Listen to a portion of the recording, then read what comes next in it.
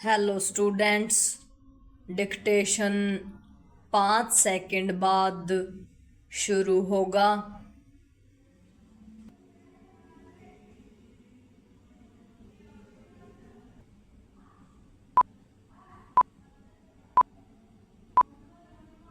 Start.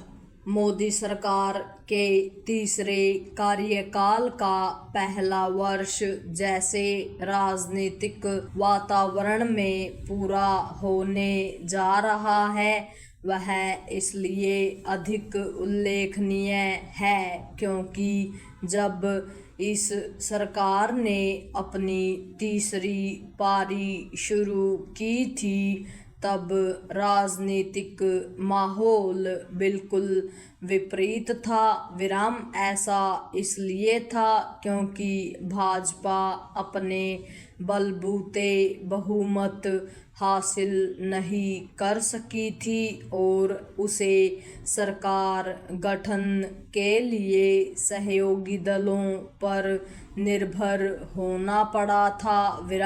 इसके चलते यह माना गया कि मोदी सरकार अपने पहले और दूसरे कार्यकाल की तरह बड़े और साहसिक फैसले नहीं ले पाएगी और उसे कई विषयों पर गठबंधन के घटक दलों और विशेष रूप से जदयू और तेलुगु देशम के दबाव प्रभाव का सामना करना पड़ सकता है।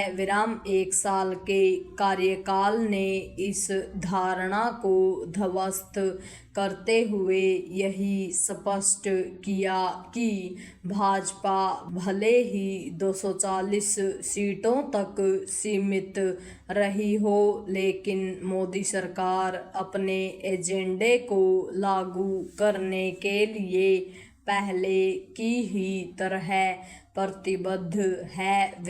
इसका एक बड़ा उदाहरण वक्फ संशोधन विधेयक को कानून का रूप देना है। भाजपा सहयोगी दलों को विश्वास में लेकर वक्फ कानून में संशोधन के अपने एजेंडे को लेकर आगे बढ़ी और उसे पूरा भी कर दिखाया।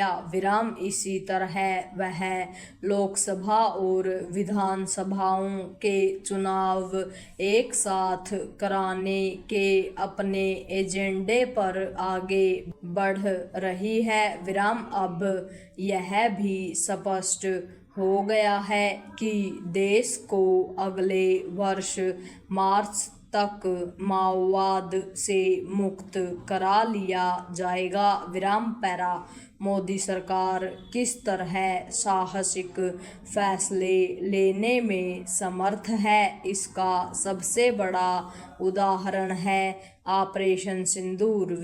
पहलगाम में पाकिस्तान पोषित आतंकियों की ओर से 26 लोगों की जघन्य हत्या के बाद भारतीय सेना ने जिस तरह पहले पाकिस्तान के आतंकी अड्डों को तबाह किया और फिर उसके कई प्रमुख एयरबेस ध्वस्त कर दिए, वह सचमुच अकल्पनीय सैन्य कार्रवाई है। मोदी के नेतृत्व वाला भारत ऐसी कठोर कार्रवाई करेगा, इसकी कल्पना न तो पाकिस्तान ने की होगी और न ही विश्व समुदाय ने।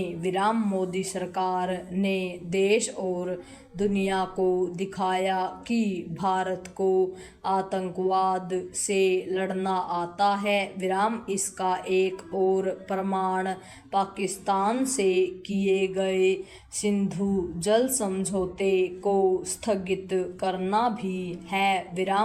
तीसरे कार्यकाल का पहला साल पूरा होते होते जिस तरह यह खबर आई कि भारत पिछले 11 वर्षों में 27 करोड़ लोगों को अति निर्धनता से उबारने में सफल रहा, वह इस सरकार की विकास और जन कल्याणकारी नीतियों की सफलता का ही परिचायक है। विराम। इसके अतिरिक्त यह भी स्पष्ट है कि भारत विश्व की चौथी बड़ी अर्थव्यवस्था बनने ही वाला है। विराम। इस सब का यह मतलब नहीं कि मोदी सरकार के समक्ष कहीं कोई चुनौती नहीं है और देश सभी समस्याओं से मुक्त हो चुका है, लेकिन इतना तो